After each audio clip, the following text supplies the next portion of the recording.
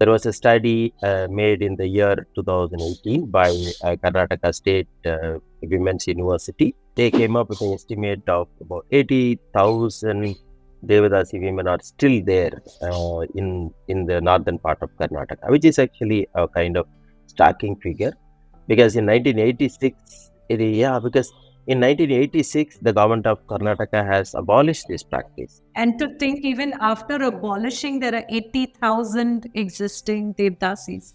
We took that research as a base because it's huge number one. Number two, you just take every devadasi has 2 children on an average, so it's about 150,000 plus children are at risk of dedicating at any point in time. So that was actually our the urge for starting our interventions.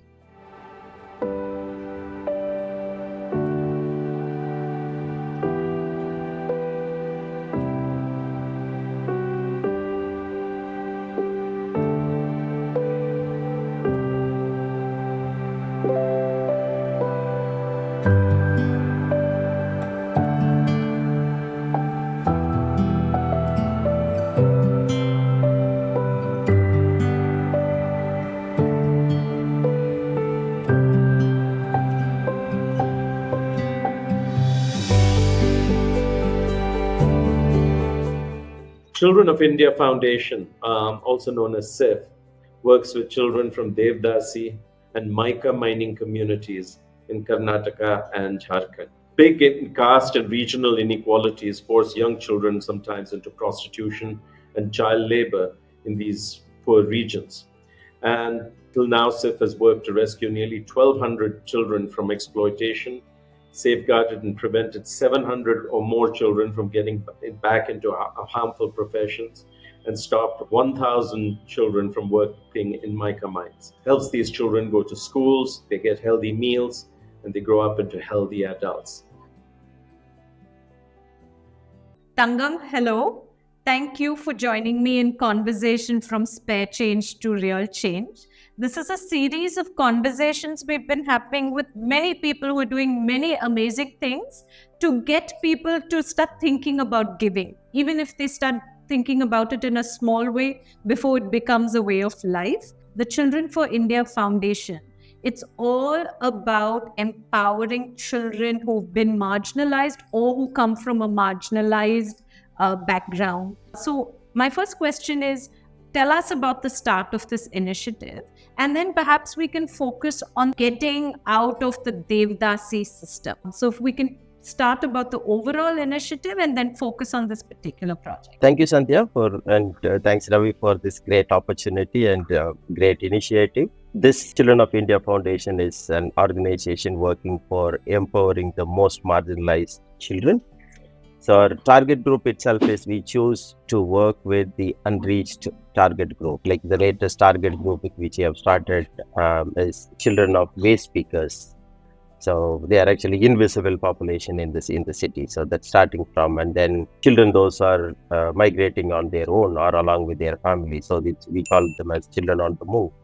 And then children of devdasis, or children working in extreme hazardous conditions. And then children in sex work. So we wanted to empower them so that they are able to lead a decent life, when they become adults. So that's actually the focus.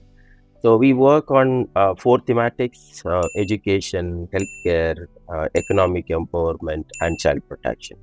Child protection is actually our core theme, and we use these other thematics as actually cross-cutting, interventions to make our children more empowered. So it's all about Children of India Foundation. When it comes to this good program, we call it as a program because it has 5 different components.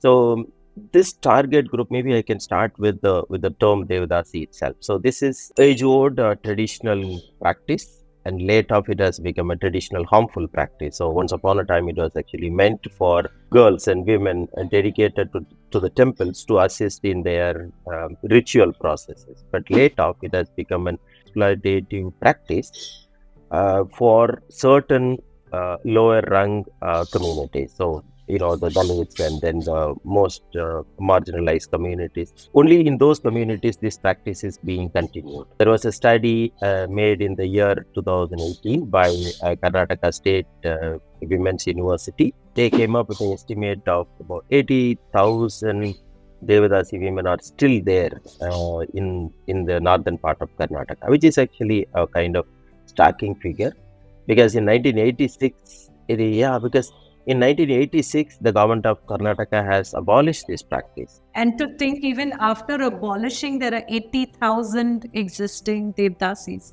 We took that research as a base because it's huge number one. Number two, you just take every Devadasi has 2 children on an average, so it's about 150,000 plus children are at risk of dedicating at any point in time. So that was actually our the urge for starting our interventions. Then when we started working with them, we learned a lot why this practice is still happening. There are actually different push factors, like of course the social factors, religious factors, cultural factors, and top of that these children are unable to cope up with the emotions in the educational institutions.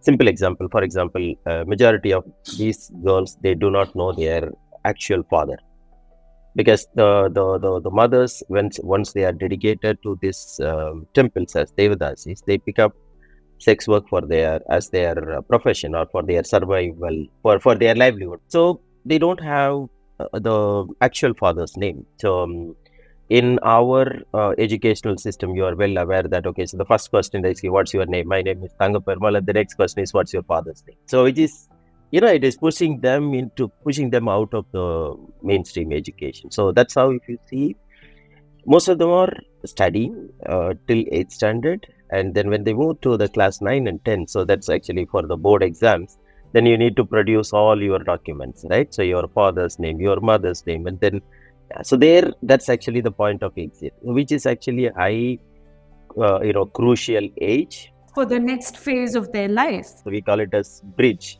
If they cross the bridge, then actually they are on the other side. So that is actually pushing them out of educational stream, and then they are ridiculed, they are actually made fun of, and they are teased by their peer group. So it has all kinds of socio-emotional problems.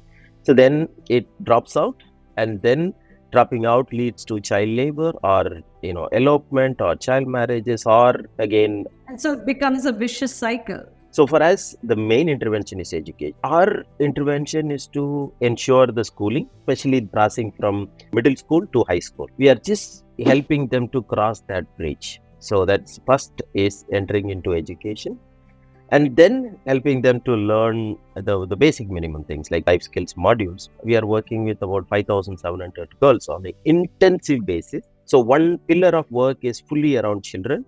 The second pillar is around families and communities. They have a lot of influence on these children. So unless we sensitize the families and the communities, it's very difficult to stop this menace. So in that way, our other set of intervention is with families and communities. Like you said, Thangam, this is very complex and it is layered. In the years that you have been focusing on your work, of really creating opportunities for disenfranchised and marginalized children, and with the work on your good program, what's the kind of impact you've been able to make up to now?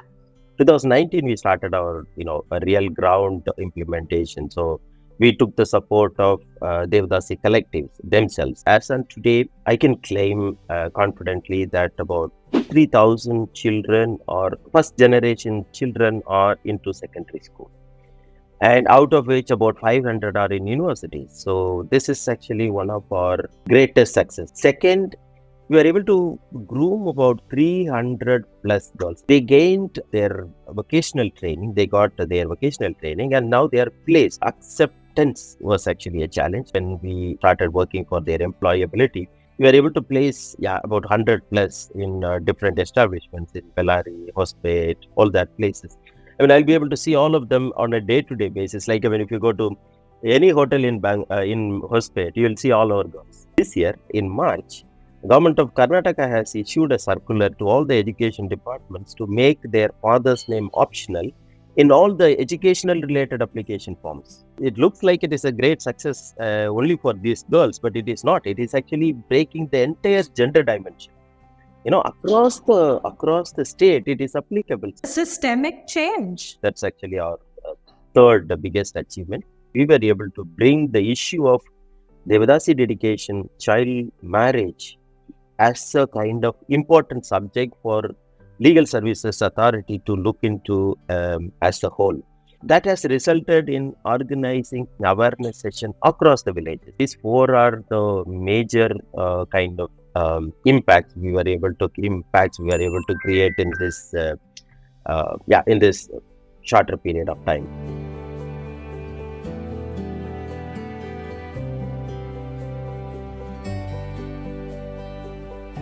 Thank you for sharing that. I think the impact you've been able to show is tremendous. Given the nuances, given that you said a lot of these are about customizing, what would 10 years forward look like for the entire initiative?